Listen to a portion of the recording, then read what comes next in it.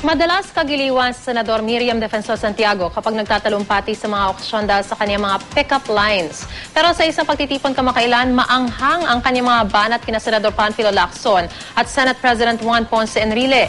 Bumuelta naman sa isang panayam si Lacson. Balitang hatid ni Claire Delfin. Tulad sa mga dati niyang speaking engagement, nagbaon muli ng mga pick-up lines sa Senador Miriam Defensor Santiago nang magtalumpati siya sa mga miyembro ng Association of Nursing Service Administrators of the Philippines. Sana't sinas na lang tayong dalawa. Para kapag nawala ka sa tabi ko, pwede ka nang gamiting panggatong. Kapag may kaaway ka, itong sasabihin mo sa kanya. Please lang, huwag kang mag-post sa Facebook ng profile picture na kasama mo ang pet mo. Nalilito kasi ako kung sino kayo sa dalawa. Pero warm up lang pala ito sa panibagong round ng mga patutsada.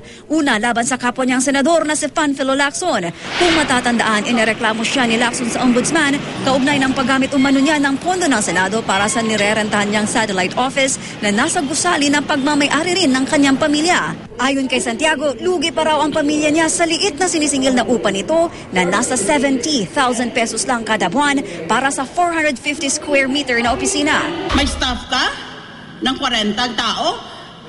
Pilit mo silang nilalagay sa maliit na espasyo doon sa Senate office? Eh wala ka naman pala ginupahan. Saan mo ginibigay ang pera na yon? Napakupa? Di binubulsa mo? Pero sabi ni Lacson, may extension office din siya pero nasa ikalimang palapag ng Senate building. Hindi raw siya kurakot tulad umano ni Santiago. Hamon pa niya, sagutin na lang ni Santiago ang ebidensyang isinumite niya sa ombudsman laban sa senadora. Sabay hirit tungkol sa kabilugan ng buwan. Sa muling pagbukas ng Kongreso sa Hulyo, sasagutin daw ng formal na Senator Santiago ang mga isyong ibinato sa kanya ni Senator Lacson. Hamon pa niya sa dating PNP chief, maghanda sa aniyay mga eksplosibong ipasasabog, kabilang na ang tungkol sa sexualidad nito. Itong ibang bakla,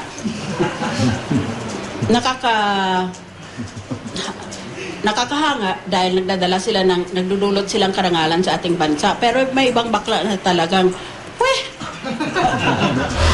Muling iginiit ni Lacson na hindi siya bakla at kapag itinuloy daw ni Santiago ang pagpapakalat ng ganitong kasinungalingan, may ilalabas daw siyang maanghang na katotohanan tungkol sa senadora.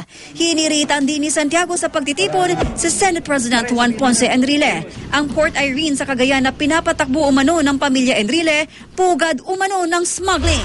Sa buong Pilipinas, sa buong archipelago, siya lang katangi-tanging tao na may port na pwede siya mag-smuggle doon. Ayon na raw patulan ni Enrile ang senadora. Claire Delfin, GMA News.